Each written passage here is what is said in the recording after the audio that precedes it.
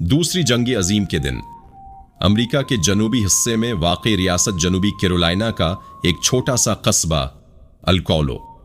यहां जिंदगी बज़ाहिर पुरस्कून थी, मगर इस कस्बे की मिट्टी में एक ऐसी कहानी दफन थी जो आने वाली दहाइयों तक इंसाफ के निज़ाम पर सवाल उठाती रही।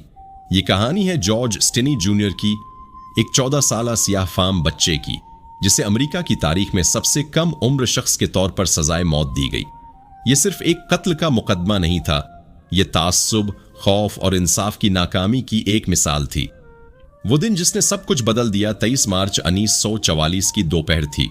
दो सफीद फार्म लड़कियां, बेटी जॉन बिनिकर उम्र 11 साल और मेरी एमा टीम्स उम्र 8 साल, अपने घरों से साइकिल पर निकलें। वो फूल ढूंढने जा रही थीं। रास्ते में उनकी मुलाकात एक सियाह फार्म लड़के से हुई जिसका नाम था जॉर्ज स्टीनी। लड़कियों ने उससे पूछा कि क्या उसे किसी ऐसी जगह का पता है जहां जंगली फूल मिलते हों। जॉर्ज ने नफी में जवाब दिया। यही वो लम्हा था जब इन दोनों लड़कियों को आखिरी बार जिंदा देखा गया। इसी शाम पूरे कस्बे में खलबली मच गई। लोग लड़कियों को तलाश करने लगे। अगले दिन उनकी लाशें एक खाई में मिली। दोनों के सरों पर किसी भारी चीज से जरब लगाई गई थी। कस्बे में खौफ और गुस्सा फैल गया और इसी खौफ में पुलिस को एक मुल्जम चाहिए था। 14 साला बच्चा, और इल्जाम पुलिस ने जल्द ही अपनी तौजा जॉर्ज स्टीनी पर मरकूज कर ली।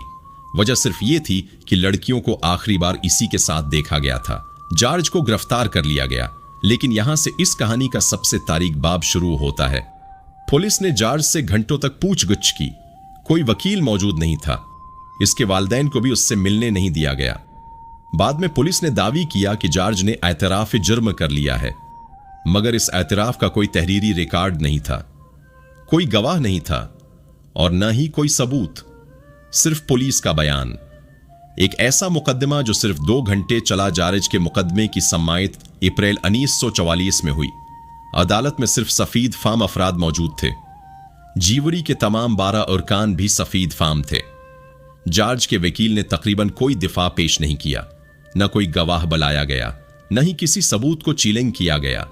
पूरा मुकदमा सिर्फ 2 घंटे में खत्म हो गया। जीवरी ने सिर्फ 10 मिनट मुशावरत की और फैसला सुनाया गया, सजाए मौत एक 14 साला बच्चे के लिए। सजाए मौत का दिन 16 जून 1944।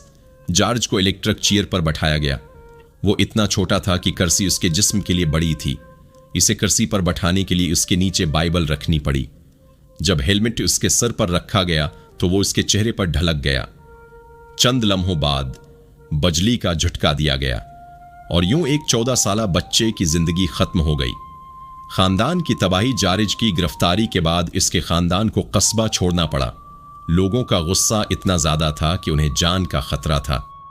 इसकी बहनें और भाई बरसों तक ये सवाल करते रहे, क्या वाकई जॉर्ज ने यह किया था? मगर इस वक्त कोई जवाब नहीं था। 17 साल बाद सच सामने आया। वक्त गुजरता गया। 1944 की यह कहानी तारीख के सफ़हात में दब गई, मगर जॉर्ज की बहन कैथरीन स्टिनी ने कभी हिम्मत नहीं हारी।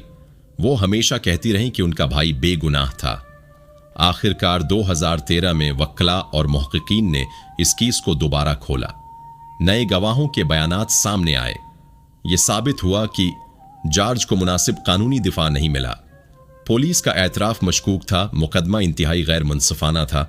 2014 में जनूबी कैरोलिना की अदालत ने एक तारीखी फैसला सुनाया। जॉर्ज स्टीनी जूनियर को बेगुनाह करार दे दिया गया, लेकिन तब तक उसकी मौत को 17 साल गुजर चुके थे। देर से मिलने वाला इंसाफ। अदालत ने कहा कि जॉर्ज का मुकदमा इंसाफ के बुनियादी उसूलों के खिलाफ था। इसे मुनासिब वकील नहीं मिला, इसे अपने दिफा का मौका नहीं दिया गया और पूरा मुकदमा तास्सुब से मुतासिर था। लेकिन यह फैसला सिर्फ एक सच को तस्लीम करना था। वो बच्चा वापस नहीं आ सकता था।